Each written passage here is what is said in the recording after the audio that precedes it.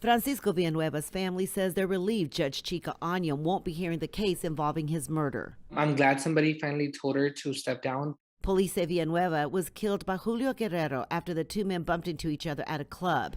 Guerrero is also accused of shooting a 3-year-old girl in the head, leaving her partially paralyzed, and firing an AR-15 at DPD officers when they went to arrest him.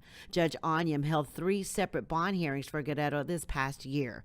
Court documents show that in each hearing, the judge stated he posed a danger to the community. Still, the judge lowered his bonds from nearly $2 million to $600,000 in March. At that hearing, Guerrero's family packed the courtroom and testified on his behalf.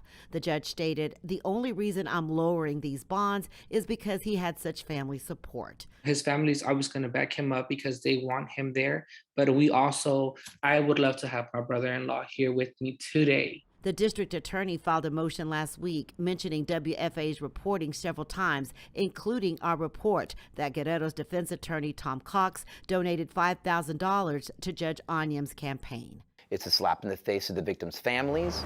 After the public backlash, Judge Anyiam raised the bonds back to nearly $2 million, but blamed the prosecutor, saying she had not done a good job refreshing her memory about the allegations. The district attorney's motion says this judge should be recused from presiding over the prosecution of this matter because her actions are such that her impartiality over the prosecution of this matter might be reasonably questioned. The DA acknowledged it's common practice for judges to take campaign contributions from lawyers, and it is not prohibited by law. It is up to the judge, though, to determine if there's a conflict of interest.